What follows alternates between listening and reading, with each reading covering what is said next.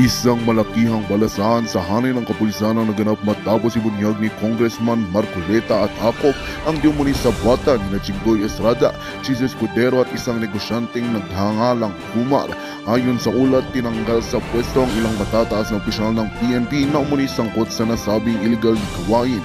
Ayon kay Congressman Marcoleta, matagal nang minamanmanan ang grupo ni Estrada, Escudero at Kumar na umano'y nagkakaroon ng sabwatan para sa mga iligal na transaksyon. Nakipagtulungan ang kongresista sa ilang ahensya ng gobyerno upang makalap ang sapat na ebidensya laban sa mga nasasangkot. Dahil dito, inutos ni PNP Chief ang agarang pagtanggal sa serbisyo ng mga pulis na pinangalanan sa nasabing investigasyon. Patuloy na iniimbestigahan ang kaso upang matukoy ang kabuoang lawak ng sabwatan at mga kasangkot dito. Hinihingkayat naman ni Congressman Marcoleta ang publiko na magbigay ng karagdagang impormasyon upang matulungan ang mga otoridad sa kanilang investigasyon. Asahan ang mas marami pang update sa balitang ito sa mga susunod na araw. At yan nga ang balitang ating pagkakatutukan. Ngunit bago ang lahat, siguraduhin mag-subscribe at i-hit ang notification bell para sa patuloy na pagtutok sa mga sulyap ng bagong balita sa tunay na boses ng masa.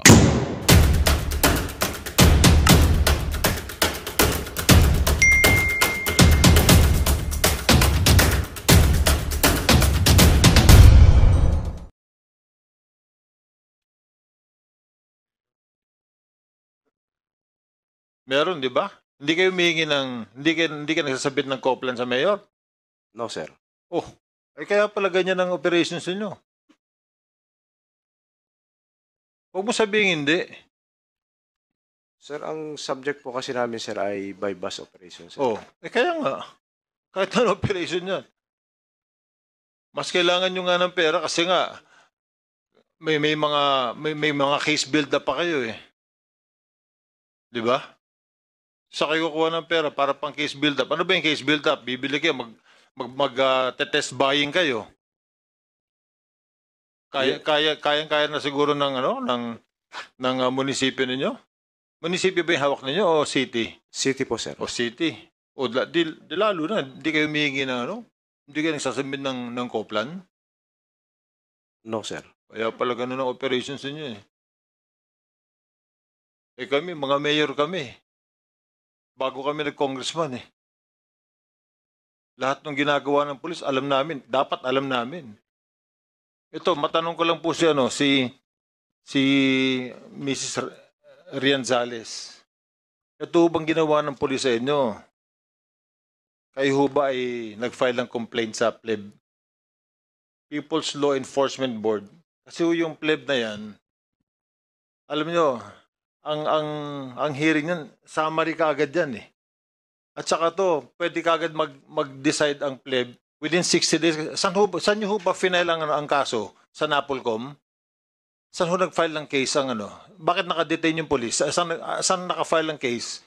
Criminal case po, sir, sa Office of the City korte. Prosecutor. Yes, sir. Puputi na lang ang book nila.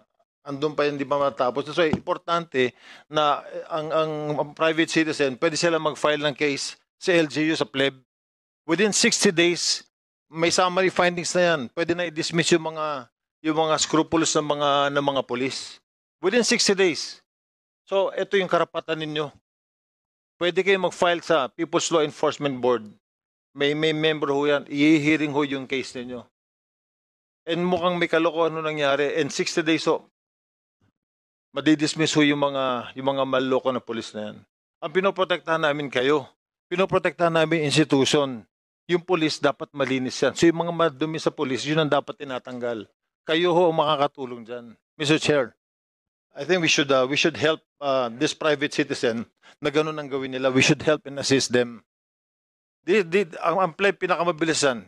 When I was mayor, meron kaming plineb ng mga police. Tanggal kagad, 60 days. Summary dismissal. Yan ang pambawi, yan ang panlaban, napakalakas ho niyan. Mas mabilis ho ang procedures niyan kaysa sa korte.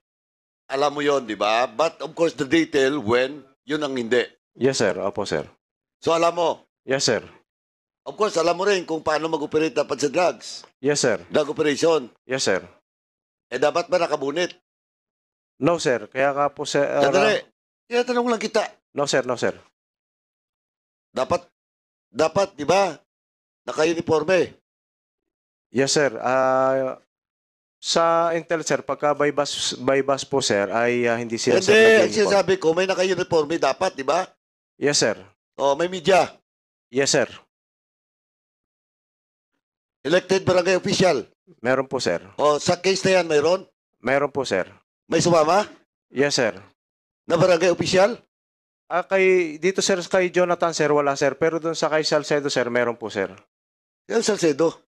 Ay, pag-usapan natin yung sa bahay. Kay, ano, sir, wala po, sir, wala. O di, anong tingin mo doon? Kaya- Nakabonet? No? Nakabonet? Walang media?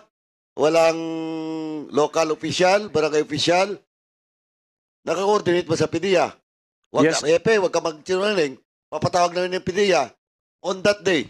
Mayroon po, operasyon. sir. Mayroon, sir, ang coordination nga po, sir, ay yung kay Christian Salcedo, No. sir. Nakalagay ay cohort, sir, si ano. Ay, hindi. Pero kung tinatanong niyo po, sir, ay pangalan po, sir, ni Jonathan, sir, wala po, sir. wala. Yes, diba? sir. Pero 2 days after, cohorts, si Jonathan, nung subject. Tama? Sir, doon po sa coordination, sir, ng May 24, sir, si Jonathan po, sir, yung sinasabi nilang cohort, sir. Wala po, sir, 2 days after. May 24 mismo. Yes, sir. Opo, sir.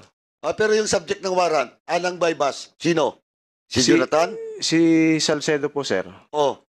Ba't tumabot kayo doon tao mo sa kay Jonathan? Kaya nga po, sir, doon ko po, sir, nakitaan ng pagkakamali, sir, sila. Kaya nga po, sir, antimano po, sir, ay inaresto ko po agad sila, sir. Hindi, okay na yon. Opo, sir. O post-operation report, gumawa ba sila? Wala. Wala po, sir. Kasi dinenay pa nga di ba? Sinabi mo Yeah. kanina, dinenay. Let's say, walang post-operation report, tama? Yes, sir. Wala po, sir. Oh, in short, hindi mo alam na that very day, kasi kung alam mo, eto, tanungin kita, Epe, kanina statement mo, sino bang tumawag doon kay Herrera na nagtanong kung sila pumasok doon sa Ransuan? Siya, sir, ang tumawag po, sir, sa akin na sila, sir, ay may drug operation, No, sir. after. Nung nagkagulo na, ikaw bang nag-check sa kanya kung pumasok siya doon? Hindi. Tinanong ko po siya, sir, bago po, sir, ako pumunta ng Ransuhan kung O, sila, ano sir. sabi niya? Hindi. Hindi daw po, sir. Kaya nga po, sir, ako ay hesitant dahil lang pinapalagay ko po, sir, ay mga armado pa, sir, yung naroroon, sir. Wala Hindi, po. okay na yon, okay na yon. At least consistent yung sinabi mo kanina. Na yung Herrera, tinanong mo kung silang pumasok, dininay, di ba? Yes, sir. So in short, kung dininay nila, you cannot expect them to make a post-operation report. Yes, Tama? sir. Yes, sir. O di, nabukulan ka. Tama? Yes, sir. Unless your statement today will be refuted by Herrera. Na from the very start, up to the operation, alam mo, pag dumating dito si Herrera, at sabihin niya yon, it's either you or Herrera ang nagsisinungaling. Sir, kung ako po lang, sir, ay magpapaliwanag, sir. Sinabihan naman po ako, sir, na magkakandak sila ng by bus operation, sir. That day. Yes, sir. Oh, Pero, sir, ang detail, sir, Kanina sabi mo walang silang sinabi sa iyo. 'Di ba? Tinatanong kita kanina kasi ang protocol diyan bago ka mag-operate. Kasi naging mayor ako eh. yes, sir. 'Di ba alam natin eh. Actually ang happy ko sinasabi sa akin kung ano mga operation niya eh. So much more yung mga tao mo nasasabihin sa iyo kung ano mga operation niya. Protocol 'yan eh. Tapos ngayon sasabihin mo na nagsabi naman pala sa iyo. Which is which? Yes, sir. Pero, sir, hindi po sinasabi sa akin, sir, kung sino yung mga target nila, kung yung Hindi, specific sandali, details po ba, Alam sir? mo, Chairman. sige, go ahead. Chairman, sandali Ito, CD, ano mo ba't ka tumawag kay Herrera? No, sir. Siya po, Hindi, sir. hindi. Siya tumawag? Yes, sir. Anong sabi? Siya, sir, ang nagsabi sa akin, sir, na sila ay nagkakandak ng drug operation, Hindi, sir. dali. Yung post-operation. Di ba, sabi mo kanina, ikaw ang tumawag kay Herrera kung sila ang pumasok?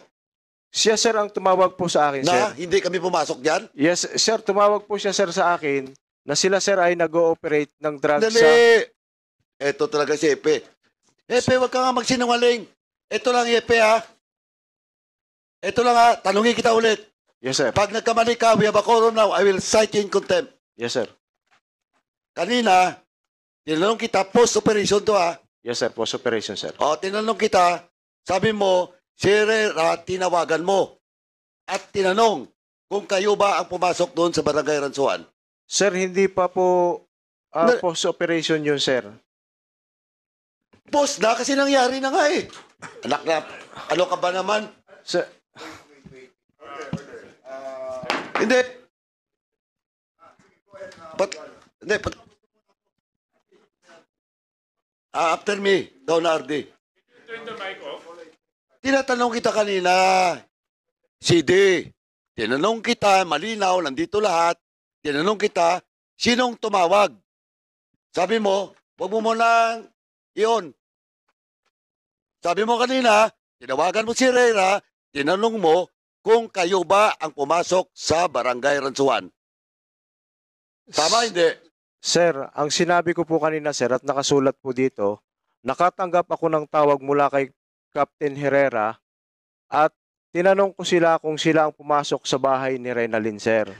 That is why. Bakit mo siya tinanong? Kasi alam mo na may nangyari na. Yes, hindi sir. Kasi sir, alam ko sir, may drug operation sila sir sa lugar na yun sir. Epe naman, no? Akin na nga yung papel mo. Sinungaling to eh. Alam mo, Hepe, sinabi mo kanina hindi mo alam yung drug operation eh. Kasi prior to that operation, sabi mo, hindi sila nagpaalam sa'yo. Now, alam mo na siya. Ha, Hepe? Di ba sinabi mo kanina yun? Hindi Ito, mo Epe, alam. last. Chairman, last na lang to, Epe, ha? Ibalik ko, Epe, ha? Ito, lalabas talaga sinungaling ka. Pag hindi mo, ayaw ko na basahin to. Tinawagan mo si Herrera, tama? Sir, si Herrera po ang tumawag sa akin. May call lang Okay. po ako. Tinawagan ka, okay. Opo sir. Tapos, Tapos sir, eto Tina- ha, dito, yes sir, may yes sir. papel ka pa isa dyan? Yes sir, opo O sir. dahil kinakabisa mo eh. Kasi, akin na nga papel yan.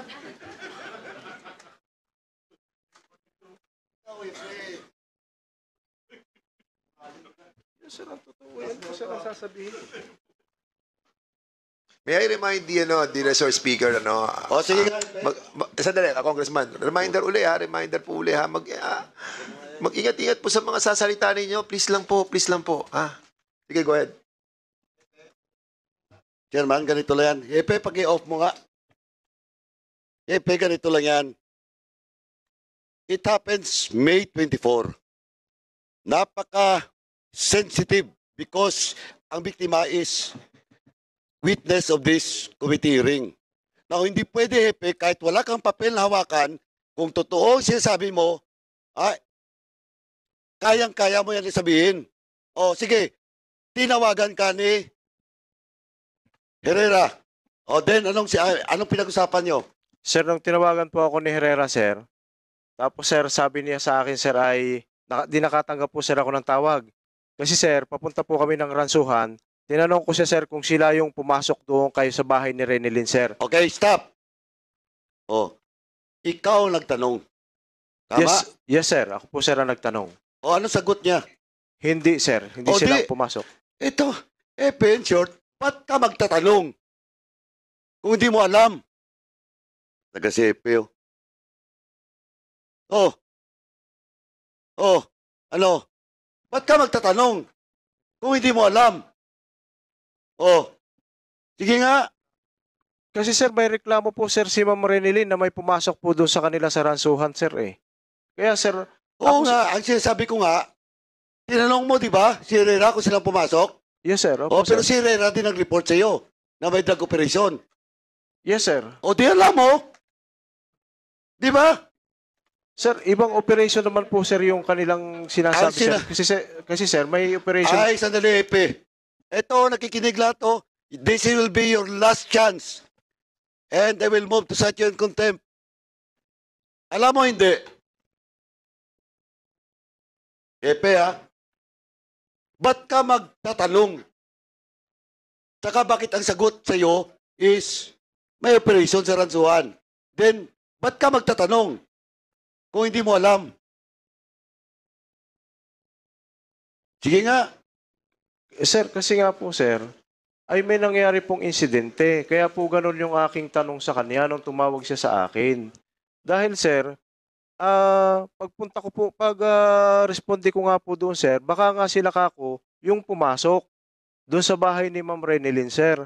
Hindi, sorry ang- Sorry Sinasabi ko nga kanina, we will start with the post-operation report. Sabi mo wala, di ba? Yes, Pero sir. nag-usap kayo ni Herrera na may operation sila. Di ba? Yes, sir. Oh, Sir- di alam mo, Sir, alam mo rin na hindi Sir. kailangan gumawa ng post-operation report kasi iba yung operation, intention ng operation. Ikaw ba naman? No? Sir, ang alam ko po, sir, aliwanag na... na sinasabi ni Congressman Paduano. Yes, sir.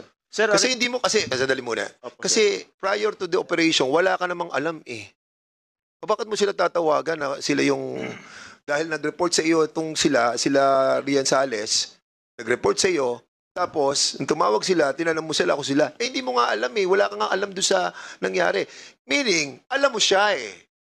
Sir, nakita Kaya ko... ganun na nag-isagot mo. Sir, nakita ko po kasi sila doon sa sir, sa Salinas Substation, sir. Malapit sila, sir, doon sa lugar. Kaya po, sir, ganun, sir. Kaya pagtanong ko po, sir, sinabi nila, sir, sa akin na, oh, sir, may operation kami. Prior naman, sir, sinabihan nila kung may operation sila. Pero hindi lang, ang sinabi lang po, sir, sa akin, si alias Ata. Ngayon, sir, nung pagpunta ko po doon at tumawag sa akin, tinanong ko sila, sir, kung kayo ba yung pumasok sa bahay ni Renilyn? Kasi, sir, pupunta po ako doon. Kasi, ang tingin ko, sir, ito po, sir, ang idea ko. Kasi sunod-sunod na nga po, sir, kami. Una-una substation, SWAT, at saka ako po, sir. So, kaya, sir, siya ang tumawag sa akin. Kaya ang tanong ko, sir, ay ganon sa kanya. Kung sila yung pumasok na, itinanggi naman po niya, sir. So, kaya po, sir, kami mga po, sir, dire-diretso kay Ma'am Renalyn. Kaya, sir, nung itinawag ko po kay Sir PD, sir, kami po, sir, ay umalis doon sa lugar kasi, sir, armado, lilima lang po, sir, kami. Sinabi po yung armado ni Ma'am Renilyn. Lilima lang po, sir, kami. Kaya po, sir, kami doon nagpunta ng police station. Mr. Chair. Okay. So, Congressman Paduano, the good congressman from Antipolo wanted to say something. Before RD will you allow it? Doon sa tanong lang ni Honorable Sige, Paduano. Congressman ako. Epe, alam mo na may operation. Yes po, sir. Ang hindi mo alam, ibang bahay ang pinasok nila. Yes, sir. Yun po yun, So, sir. yun ang magkaiba. Yes, sir. Alam niya na may operation ng kanyang mga tauhan sa anti-illegal drugs. Tama? Yes, sir. Yes, sir. Ang problema, hindi mo alam na mali yung ginawa nila. Yes, sir. You only came to know about it after nag-report na sa iyo na tao. Yes, sir. Yun po, sir. Okay, very Ba't clear. hindi mo sinasabi kanina, Colonel Reyes? Kasi tinatanong kita, did the Captain Aaron Agbaya Herrera ask permission or nung operation na gagawin nila during that time? Ang sabi mo kanina, wala, hindi sila nagpaalam. O now ngayon sinasabi mo kay Chairman Acop, alam mo yung operation ng drug operation na ginawa nila. Which is which ba talaga? Sir. Sandali muna. Colonel Reyes, to all the resource speakers who are here right now, lahat ng mga opisyales at men and officers of the organization, don't get offended. Hindi po ito para sa lahat. Ito lamang po ay sa mga nagsisinungaling na opisyales ng ating PNP. And I want you, Colonel Reyes, to tell us the truth, no? Kasi kanina tinanong kita, di ba? Yung mga bata mo ba nagpaalam sa iyo yung gagawin lang drug operation? Sabi mo, hindi. Ngayon tinanong ka naman ni Chairman Acop, doon sa operation ng drug operation, alam mo. Ang hindi mo lamang alam ay yung pinasok yung bahay ni Rian Sales. Now ngayon, ano ba ang katotohanan? Kaya kayo nagtatalo ni Congressman Paduano eh. Kasi ngayon, sinasabi mo, nalaman mo lang after the post-operation na meron pala silang conduct na drug operation. Ano ang totoo? Yun po, sir, yung totoo, sir. Kasi, sir, dalawa yung target nila, sir. Ano ang totoo? Si Chris- Ito. Isa-isayin na natin. Ang totoo, meron silang drug operation At nag-submit sila, Humingi at ako ng PDEA ko. Colonel Reyes, makinig ka. Yes, sir. Opo, sir. Makinig ka. Ang sinasabi ko, ako, si Kapitan Herrera, Yes, sir. nagpaalam ako sa iyo, meron Yes, sir. kaming drug operation. Yes, sir. Inalaw mo yon. Yes, sir. Inalaw mo yon. Yes, sir. O yan ang maliwanag. Kasi kanina tinatanong kita eh. Ang sabi mo, hindi eh. Sir, sinabi ko po, sir, kanina na inalaw ko sila, sir. Alam mo, all the members here will agree with me na wala kang sinabi. Sinabi mo, hindi mo alam. Di ba? Kaya nga tanong sa iyo eh, paano mo nagawa yun eh, hindi mo nga alam. Sir. Di ba? Ngayon, well anyway, sinabi mo na alam mo. Yes, sir. Alam mo na. Yes, sir. Okay, have they submitted to you a written request for that drug operation? Wala, sir. Ay, sir, yung coordination po, sir, galing sa PIDEA, sir. At nagpasa sila, sir, ng IR. Before you conduct a drug operation, there are certain elements to be followed. Yes, sir. Opo, sir. Have they submitted a complete comprehensive report to you prior to the operation? Sir, Yes or no? no, sir. Ang alam ko lang, sir, na ginawa nila, sir, ay nag-submit sila ng IR and then coordination, sir, sa PIDEA. Tapos pumayag ka na sa operation nila. You allow that operation. Yes or no? Yes, sir. Without the comprehensive na hinawakan mo na ito yung PIDEA na sinasabi that this personality, Arcerte Salcedo, is on the watch list of PIDEA. It should be also written on that report. Yes, sir. Nakalagay po, sir, sa PIDEA coordination, sir, yon. So, okay. So, we will be asking the PIDEA to be in here on the next hearing. Sino, Colonel? Sino ang PIDEA na yan?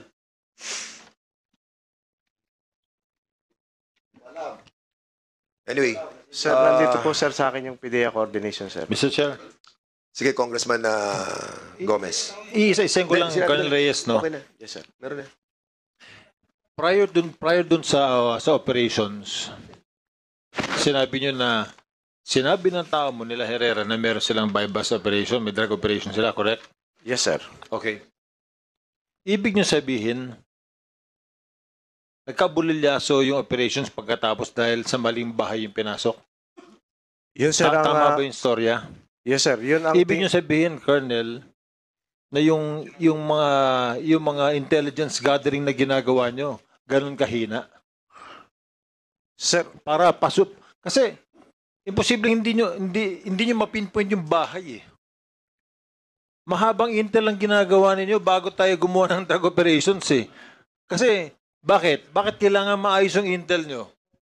Dahil pag nagkamali ka ng bahay, napasok, baka magkaputukan kayo, tatamaan, may mamamatay eh. Ganun ba kahina yung intel nyo? Itong sila Herrera? sir, Para magkamali kayo ng bahay na pinasok, okay lang magkamali kayo na tao dahil baka mali yung tao sa loob, pero yung bahay, imposible magkamali kayo dun eh.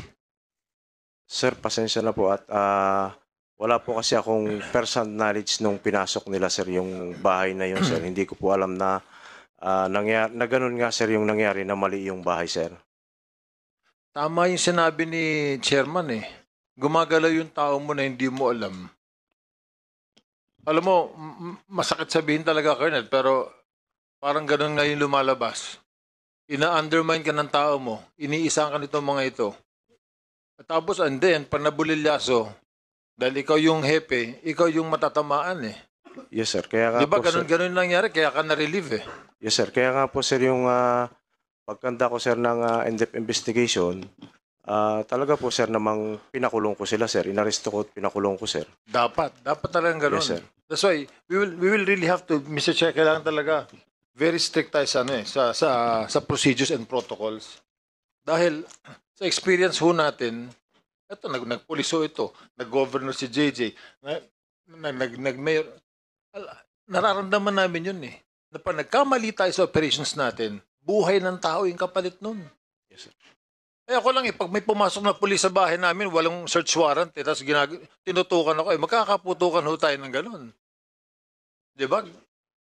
Yun talaga yung truth eh. Ganun talaga yung nangyayari sa tunay na buhay natin, sa operations natin.